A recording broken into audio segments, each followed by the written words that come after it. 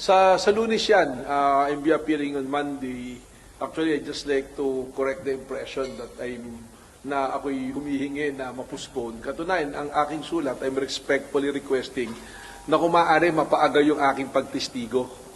Kasi nakaschedule ako on the third week. 30 weeks yan, on the third week ako. Nire-request ko sana itong week na to, sana today hanggang tomorrow, makapagtestigo ako because meron akong invitasyon sa Bangkok. Yung sa Scam Summit ito. Gaano ka-importante ito? This is one of the occasion kung saan yung ating pag-stay out of the gray list dun sa money laundering, may point system kasama sana to. And the best part dito, kaya ako personal na gustong pumunta, yung opportunity na magkaroon kami ng side meeting ni Director Kash Patel na ina-arrange nung mga counterparts namin from the FBI sa US Embassy. Because of our success doon sa mga most wanted nila na ibalik natin sa kanila, he wrote me a letter of congratulations and gratitude. And sayang sana, pero dalawang event yan and my priority is to attend the impeachment hearing. Which why I will attend on Monday. Narinig ko na magwi-witness ako on Monday.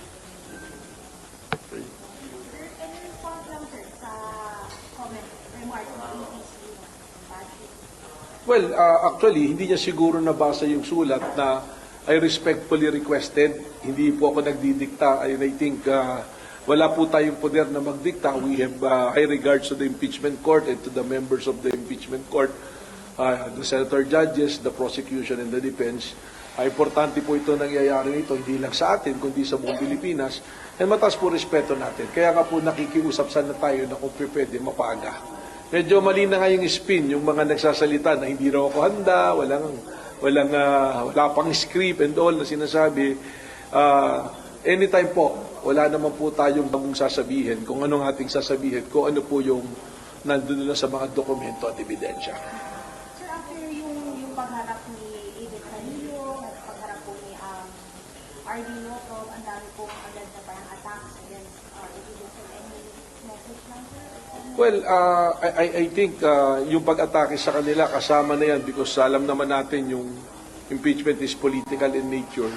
Yung mga hindi kaaya-aya sa kanila at palagay nila naaalagay sa alanganin yung kanilang kakampi na pinipili sa politika ay maatake. Pero alam po ninyo dito sa NBI, kung saan dinadala ng ebidensya, ng facts, ng batas at ng proseso, ay doon po natin dadalhin yan. At lahat naman po yan ay may record po.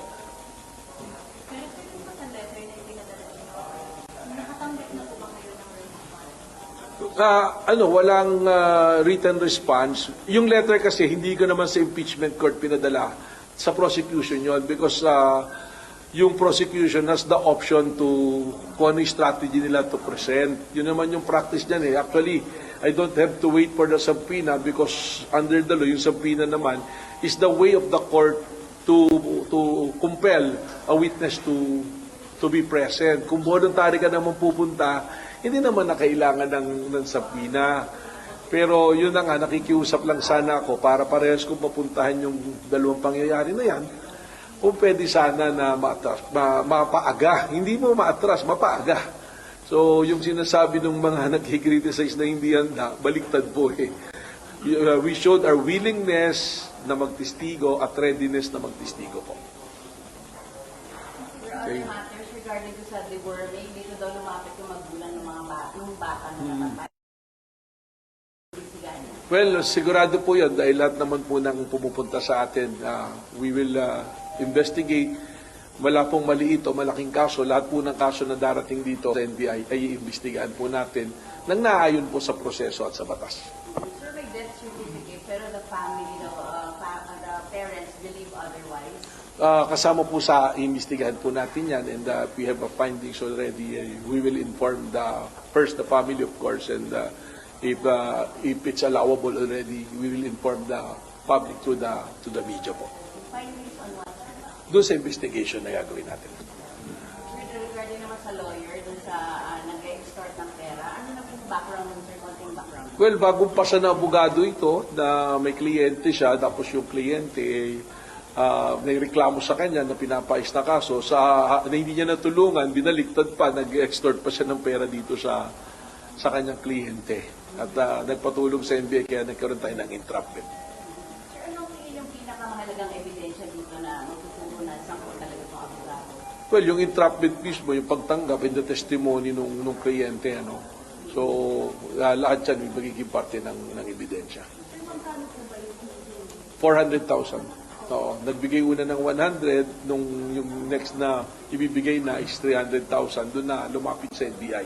At doon tayo nagkasa ng entrapment. in exchange for what was it? Nasabi kasi may banta yung, kaya natalo, may banta yung client, yung kalaban at meron pang hitman na gustong bawian yung pamilya, no? Kung nagre-reklamo. Pwede ba umabot to sa IDP na pag-bar? Well, oo. This is something that the IBP can look into mutu proprio or upon the complaint ng pamilya or pwede rin ang NBI yung magreklamo. So, sir, imposible yung ganong sitwasyon, ano, na sa kwento nitong mga biktima, sir, imposible. Well, napakahirap kasi ang relationship ng lawyer at ng kliyente dapat based on trust yan, tiwalaan yan eh. So, dapat ang mga abogado, mas mataas yung standard na tinitingnan sa atin sa ating paggawa ng ating trabaho. Kumbaga, si Ibis nakakampi, sila pa yung ano. Oo.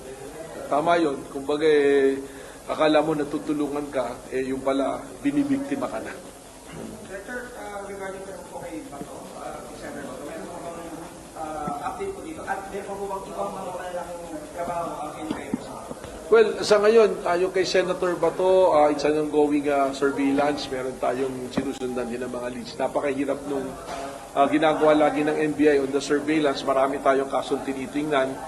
Katunayan, meron kaming mga kaso na pumasok na bago na dapat namin tingnan. Kung maalala nyo, pumunta kami ng Clark because we were given 70 hectares for the NBI Academy. So magkaroon kami ng relationship sa Clark. Nakita namin dun yung parang sports complex na ginamit ng SEA Games, yung sa Philippine SEA Games Organizing Committee. Well, nakarating sa amin, may titingnan kami rito, may kailangan kami imbestigahan dahil nakarating kami rito, bilyon-bilyon pala yung pumasok dito na pera na unliquidated. At mayroong private company rito na na-involve na binayaran ng 10 billion at ang pagbabayad insertion sa GAA na ibinayad. So ito, imbestigahan namin to. Malaking kaso rin ito. Sir, yung may parang photo? Iba pa yun, yung sa Caldero na kaso, I think it's ongoing, pero sisilipin na rin namin. Ito yung tungkol dun sa, it's a Malaysian company na sila yung nag-build ditong parang sport area na to. Walang bidding, tapos nabayaran ng mabilisan na 10 billion yung halaga, congressional insertion. So sisilipin namin to. Sir, let me just go back to Senator Bato. Sir, where is he? Is he still nakalagay? Well, nagtatago siya. Pero ang paniwala namin, nandito pa siya sa Pilipinas. Director, balik lang po sa deworming. Kailan po possible masila ng NBI kung ang NBI pong atas sa Meron na kami investigation, pero yung pag-autopsy, that will be also an option of the family. So kung bigyan kami ng go signal to do that, we will do that. Sir, yung sa atin na yun, finally, we brought up our investigation. Meron na kaming nilabas na official statement. Siguro nakita nyo na yan. 8 yung pinapapailan namin ng reckless homicide, reckless resulting to double homicide and also simple negligence for some. So 12 yung nirecommend namin na kasuhan. So on the part of the NBI, as we speak, tapos na yung aming role to investigate in case we nasa kamay na ng DOJ kung ano yung kanila magiging findings. But pag ipinatawag tayo ng DOJ, ready to appear naman tayo.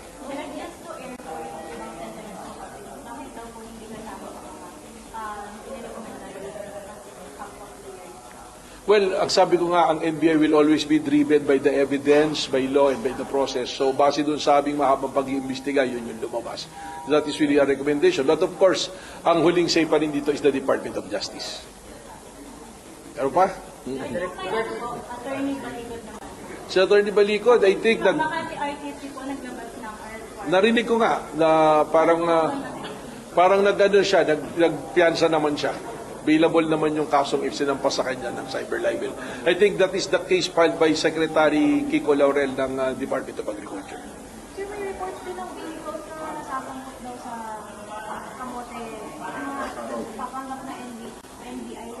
Pinapaimbestigahan namin yon, yung expander na nandun sa Skyway, pinapaimbestigahan namin. As of now, tinitrace namin, walang identification na from NBI. So, ayan na, panawagan ko na rin sa publiko na mag-ingat tayo rin sa mga nagkukunyari ng mga NBI, mga nagpapagawa ng peke na tsapa, mga peke na ID, sticker, damit.